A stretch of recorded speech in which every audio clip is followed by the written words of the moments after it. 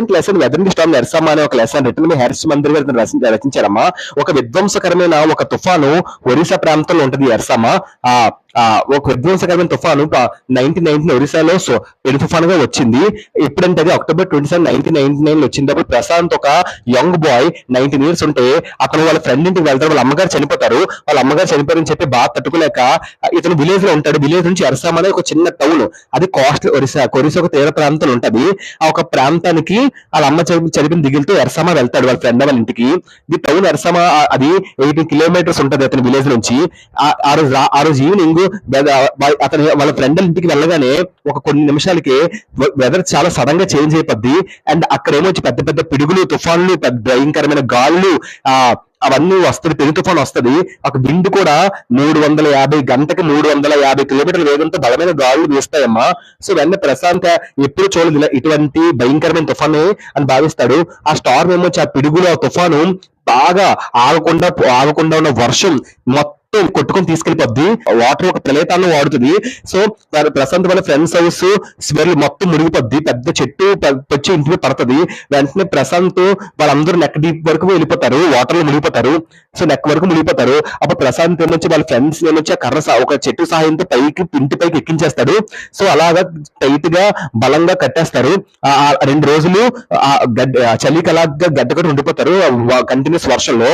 ప్రశాంత్ అప్పుడు వెంటనే అలా ఉండిపోయి వాళ్ళ ఫ్రెండ్స్ తో 2 రోజులు అలా అదే కంటిన్యూస్ గా ఉండిపోతాడు. తినడానికి ఏమి ఉండదు. అక్కడ కోకోనట్స్ ఉంటాయి, చెట్టుకి కోకోనట్స్ తాగి బతుకుతారు.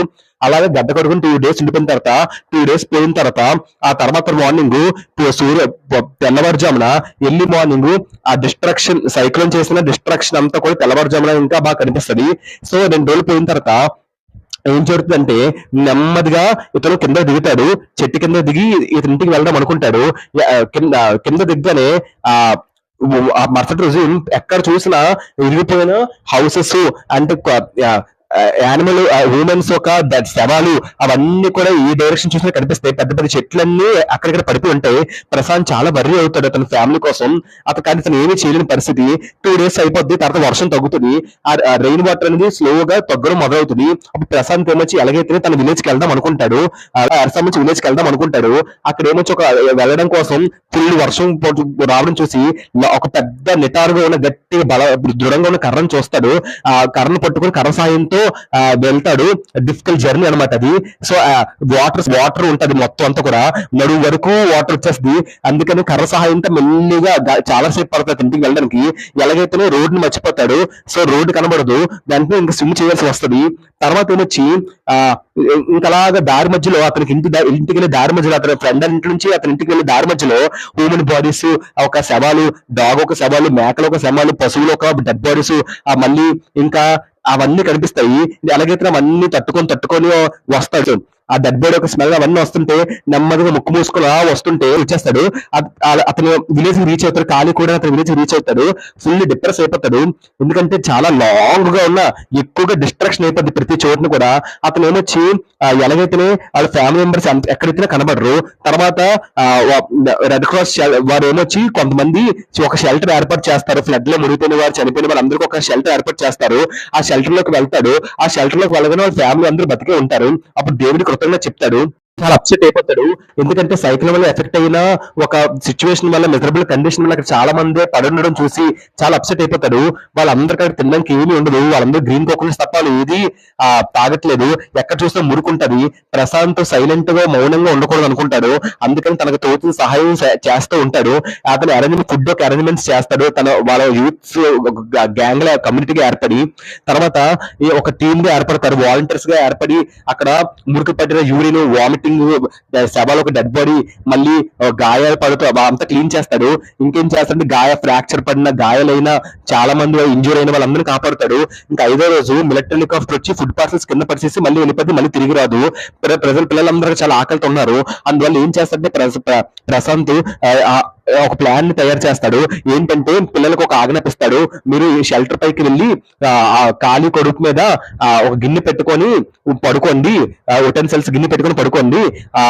అదొక కమ్యూనికేషన్. హెలికాప్టర్స్ వెళ్ళే వారికి మీరు ఎప్పుడైతే ఖాళీ కొడుకు మీద ఖాళీ గిన్నె పెట్టుకొని ఉంటే వాళ్ళకి అర్థమవుతుంది మీరు ఆకలితో ఉన్నారని.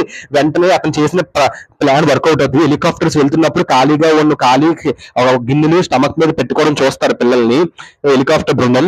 వెంటనే వాళ్ళు ఏం చేస్తారంటే ఫుడ్ పాత్ అని కింద పంపిస్తారు. ఇంకా ప్రశాంత్ ప్లాన్ వర్క్ అవుతుంది. ప్రశాంత్ నుంచి తిరిగి మళ్ళీ నీట్ గా వర్క్ చేయడం మీద అలా పని చేస్తూ ఉంటాడు ఆకుండా. మళ్ళీ నీట్ గా చేయాలనుకుంటాడు. వెంటనే ఆర్ఫన్ చిల్డ్రన్ అందరిని ఒక దగ్గర తీసుకొని వస్తాడు.